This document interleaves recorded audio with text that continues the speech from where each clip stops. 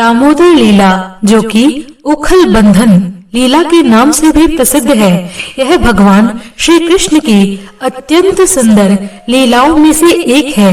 यह लीला कार्तिक मास में हुई थी।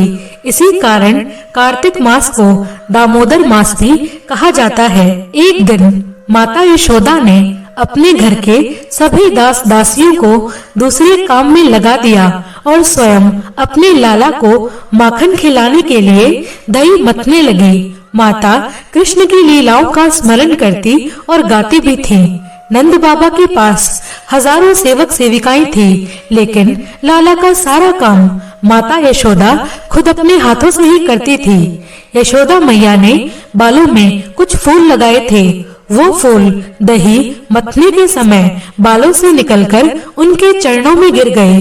फूलों ने सोचा, मैया यशोदा श्री कृष्ण की इतनी प्रेमी भक्त हैं, इनके सर पर रहने का हमें कोई अधिकार नहीं है। इनके चरणों में रहकर ही हमको अपना जीवन सफल बनाना है। कन्हैया अपनी मैया के पास आए और दही की मथानी पकड़ ली। उन्हें दही मथने से रोक दिया और स्वयं कूदकर माता की गोद में चढ़ गए।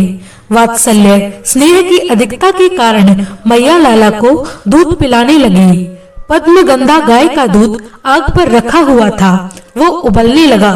दूध उफनता देखकर मैया लाला को अतृप्त ही छोड़कर जल्दी से दूध उतारने के लिए चली गई। इससे कन्हैया को क्रोध आ गया। कन्हैया ने एक पत्थर उठाया और पास रखी हुई मटकी पर दे मारा। मटकी फूट गई, सारा दूध दही फैल गया। अब कन्हैया ने बनावटी आंसू अपनी आंखों में भर लिए। दूसरे कमरे में जाकर बासी माखन खाने लगे और बंदरों को खिलाने लगे। राम अवतार में वानर सेना के रूप में बंदरों ने भगवान की बहुत सहायता की थी। जब मैया आई, उन्होंने देखा कि मटकी टूटी पड़ी है, माखन फैला हुआ है। मैया समझ गई कि ये सब मेरे लाला की ही करतूत है। मैया छड़ी लेकर वहां पहुंची जहां कन्हैया उखल पर बैठकर बंदरों को माखन खिला रहे थे। कन्हैया ने देखा कि मैया छड़ी लेकर आ रही है, तो वे भवन के पीछे के दरवाजे से भागे। आज बड़ी विलक्षण लीला हो रही है। भगवान आगे आगे और भक्त पीछे पीछे भाग रहा है। बड़े बड़े योगी तपस्या के द्वारा अपने मन को अत्यंत सूक्ष्म और शुद्ध बनाकर जिनमें प्रवेश नहीं कर पाते, उन भगवान को पकड़ने के लिए माता यशोदा उनके पीछे पीछे दौड़ रही हैं, किंतु श्री कृष्ण हाथ नहीं आते। जब कन्हैया ने देखा कि मैया थक गई हैं, तो वो खड़े हो गए और यशोदा मैया ने उन्हें पकड़ लिया। कन्हैया का हाथ पकड़कर उन्हें डराने धमकाने लगी। कन्हैया रोने और आंसू बहाने लगे। यशोदा मैया ने देखा कि लाला बहुत डर गया है। मैया ने छड़ी फेंक दी। इसके बाद सोचा कि इसको एक रस्सी से बांध देना चाहिए। मैया ने रस्सी मंगाई और कन्हैया को बांधने लगी। कन्हैया ने फिर से लीला आरंभ कर दी और रस्सी 2 अंगुल छोटी पड़ गई। मैया ने दूसरी रस्सी जोड़ी तो वह भी 2 अंगुल छोटी पड़ गई। इस प्रकार सारे गोकुल की रस्सियां जोड़ दी, फिर भी कन्हैया को न बांध सकी। रस्सी हर बार 2 अंगुल छोटी पड़ जाती। भक्त भगवान को तभी बांध सकता है जब भगवान की कृपा हो। भक्त जब भगवान से निष्काम प्रेम करता हो। भगवान श्री कृष्ण ने देखा कि मैया बहुत थक गई हैं, तब कृपा करके वह स्वयं ही मैया के बंधन में बंध गए। वैसे तो कृष्ण परम स्वतंत्र है। ब्रह्मा इंद्र आदि सभी देवता इनके वश में हैं, फिर भी इस तरह बंधकर उन्होंने संसार को ये बात बताई कि वे प्रेमी भक्तों के वश में हमेशा रहते हैं। संस्कृत में डोरी को दाम कहते हैं और उदर को पेट कहते हैं। यशोदा मैया ने भगवान श्री कृष्ण के पेट को रस्सी से बांधा, इसीलिए भगवान का नाम दामोदर पड़ा।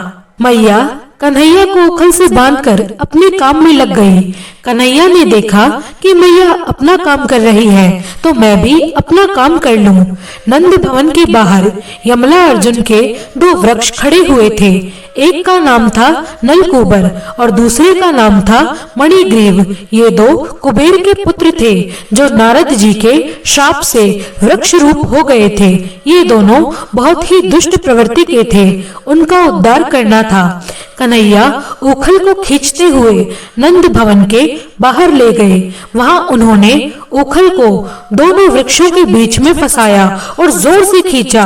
भयानक आवाज हुई, दोनों वृक्ष गिर पड़े। उनमें से 2 दिव्य पुरुष प्रकट हो गए। उन्होंने प्रभु से वरदान मांगा, हे श्री कृष्ण, आज के बाद हमारी वाणी से अगर कुछ निकले तो वो हो सिर्फ आपका नाम और आपकी कथा।